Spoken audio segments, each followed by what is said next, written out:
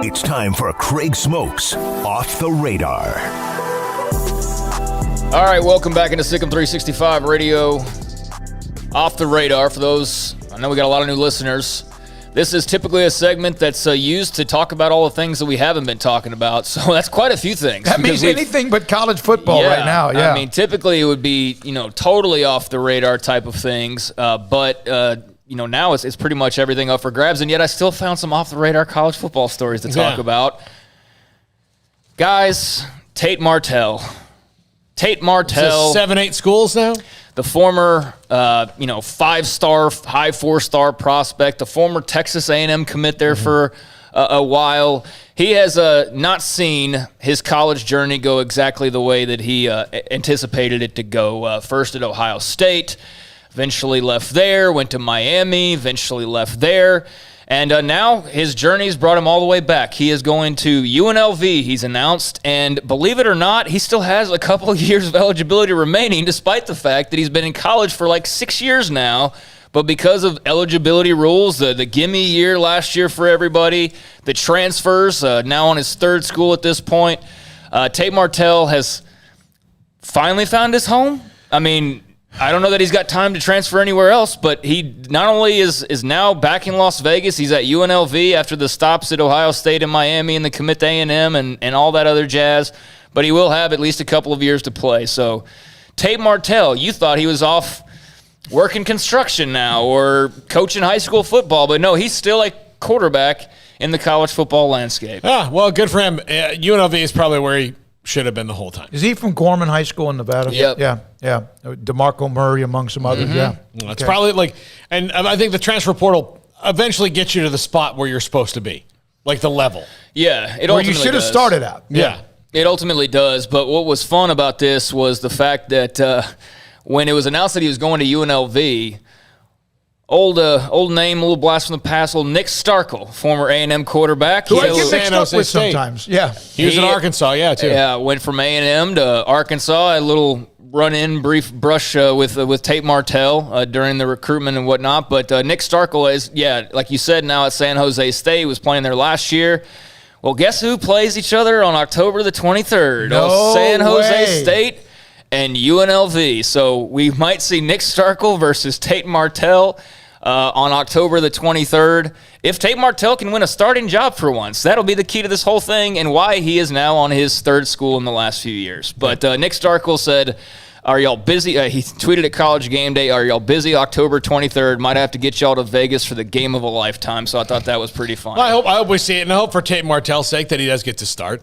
And Nick Starkel, I mean, he was at Arkansas. Ben Hicks from Midway beat him out. They transferred at the same time. They kind of went back and forth a little bit, but Ben, I think, eventually held on to that job. And then, so. All right. Elsewhere, also college football related. Don't get a lot into scheduling news unless there's an interesting matchup. And how about this one? UCF has announced that Florida and UCF will play a 3-game series beginning in 2024 in Gainesville. They'll play 2030 in Orlando, and then again in 2033. So this is 9 years between for the 3 matchups. 6 years between the first and the second matchups, and then another 3 between the second and third of the matchups. But yeah, UCF and Florida 3-game series starting in 2024. Pretty savvy scheduling for the Gators. And the state of Florida has this now, the USF rule, where you shouldn't play a team back-to-back years that you can only lose to, and it can help you because Florida State beat USF one year, but essentially USF got Bobby Bowden fired or moved along. And Florida's smart to space these out because, again, if they lose to them and have to turn it on play them the next year, it's bad for the coach. It's bad for the athletic director. No matter how good UCF might be, it's bad. Those schools are not supposed to lose to the other ones. They're just not. The alumni don't agree with it. So good for Florida for playing them, and 2, good for spreading it out so it's not like you get a couple bad years in a row, and you're like, you lost to UCF twice. Right. Yeah. Yep. So that will be coming up starting in 2024. UCF, big big gains they could make there with a win or two. That'd be massive for them, and kind of risky on the part of Florida to a small extent. But I'm glad that they got that done. UCF playing as a good team, if they're still good in 2024. UCF playing as a good team in Gainesville is the biggest game in their school history. This is going to be awesome seeing UCF representing the Big 12 taking down mighty SEC Gators. That'd be great. That'd be great. Good point there. Good Lord, that's great. So one question I have in terms of the landscape of college football moving forward is once we get all the dust settled on these conferences and whatnot, is what's going to happen with all the bowl games? Is that going to remain as is? Well, for the time being, it will be. And as of now, there is a new bowl game sponsor that's in the mix. Barstool Sports has entered the chat as far as bowl games go. They will be the exclusive title sponsor and broadcast partner of the Arizona Bowl, which will be played on December 31st. It'll be the Barstool Arizona Bowl, and it will move off of linear TV as a part of this multi-year deal. It was on CBS Sports for several years, but now Dave Portnoy, who's the top of the Barstool Sports ladder there, his media company will take over broadcast distribution. There were no financial details, but they said that it was a good opportunity. They'll stream the Arizona Bowl on the website, app, and social media channels. And as of 2 years ago, since there was no bowl games last year, were there bowl games last year? Yeah, there was. Yeah. That's right. They had losing teams that were playing. That's right. I just didn't care that much. Yeah. But the game did feature Mountain West and Mid-American conferences. It's played at the University of Arizona. So the Barstool Arizona Bowl is the newest sponsor to forget about in a couple of years. Well, there's the Jimmy Kimmel Bowl too. So yeah, that's right. There is. So these bowl games are going completely off the rails. But hey, it's a proactive move by Barstool. If it's successful, then man, they're on to something else. And credit to them for taking that jump. What they've done to expand, to grow, to explode is what the Big 12 needs somebody to take over and find a way. I'm not saying that same path, but they need that kind of outside the box visionary help right now. All right. They really do. They absolutely do. And, kudos to them for making a move like that. A small hockey note, although not that small as far as the player. Capitals have re-signed Captain Alex Ovechkin to a 5-year, $47.5 million contract. And he's like 35 or so, right? Yeah, he's up there now. Yeah, he's been playing for a long time. So that's just notable because of who we're talking about there. Former Temple High School star TJ Rumfield, he is now a professional baseball player. He was at Virginia Tech. He was playing first base, and he is signed with the Philadelphia Phillies. Got a $125,000 bonus. He had been drafted in the 12th round earlier this month, so congratulations to TJ Rumfield, a Temple Wildcat, on entering the professional ranks in the minor leagues. Didn't he play quarterback? Yeah. I know he's been around. Temple's had a great run of quarterbacks that have gone to play college football. Of course, Jared Wiley, now a tight end at Texas. Yeah, he was I remember meeting him in the field house one time when I went down there to meet Scott Stewart. He's a big dude now. Yeah, good for him. Yeah, no, absolutely. And wanted to get y'all's thoughts on this because I was going to bring it up the other day, but what have you thought about Maria Taylor making the move to NBC? I haven't gotten to see her do much Olympic stuff yet, but good for her. I'm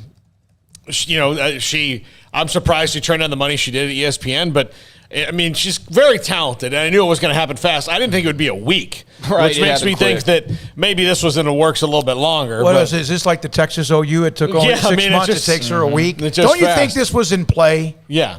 I mean, it was a reason. I don't know if she wanted to stay at ESPN because most of the time you go to the network. Most of the big, great sideline reporters probably end up at the networks. Not all the play-by-play are color, but this has probably been in play. Don't think this wasn't, the reason maybe you can turn down $5 million and ask for $8 million is because you have another offer. Yeah.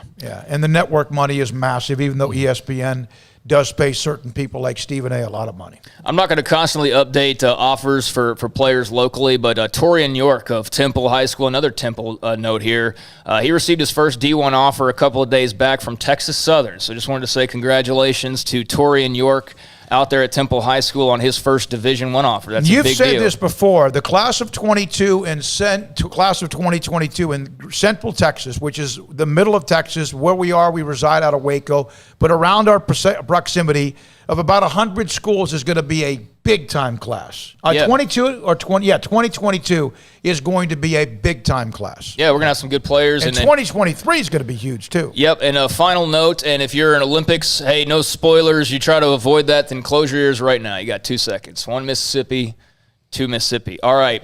Simone Biles has withdrawn from the Olympics, suffered an apparent injury in the women's team final in Tokyo. I watched it. She was on the vault, right? This story has gotten a little bit bigger. She's and then keep in mind, she's one of Larry Nassar's many victims. Yes. And so she deals with depression, anxiety, and all these things. And apparently she was kind of in it. In her head her head and the pressure and all these things. And so she felt she wasn't there for her team. You know, while the Russian Olympic Committee won the gold, her withdrawing might have saved them the silver because she was feeling so out of whack. Nobody knows if she's going to do the individuals yet, but you know, you really got to worry about, you know, this is the greatest American gymnast ever. But I wonder what it's like. And I've heard a lot of people criticize her and like, yeah, it's. They were comparing her to Carrie Strug, and like that's unfair. No, I get it to an extent, but not really. I don't know what it would be like to have to do something and work so hard for it, and while that was going on, be tortured and subjected to what they were with Larry Nassar, and then a few years later have to jump back into it and still go into that.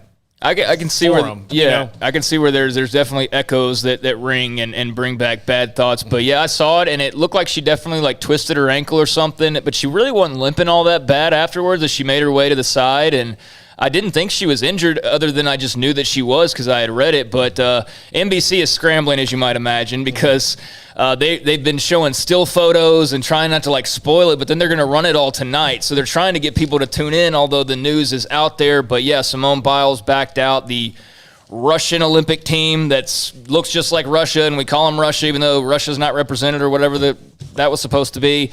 They took home the gold after Biles went down. So, yep, there are a few things that are off our radar. All right, a couple of other spoiler alerts in the Olympic Games. 3, 2, 1. Naomi Osaka, speaking of that, she talked about mental health, beaten in the third round of the Olympics. Japan has beaten the United States to win the gold medal in softball. Whoa. Did you know that? Yep. I didn't know that. I didn't even know that they were playing. It was basically a walk-off game. It's a special one-off event for these games, magnifying.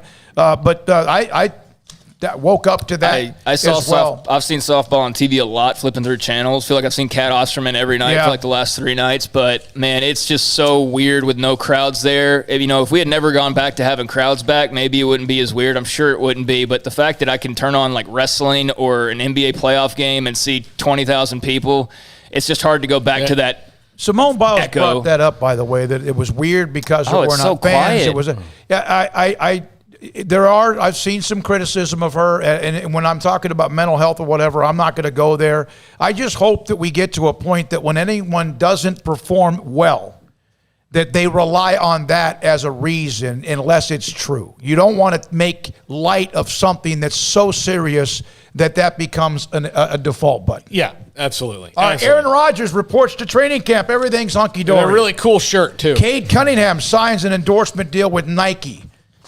Yeah, it's not a surprise. He's gonna be all right. It's not a surprise. He's going to go to Detroit and make that Nike money. And we had a caller from Detroit earlier. I don't know if he's a Pistons fan or not, but probably excited about CADE Cunningham. But Nike, no surprise. All right, when we come back, David Hellman, I think, is going to join us from Cowboys training camp in Oxnard. We will then, John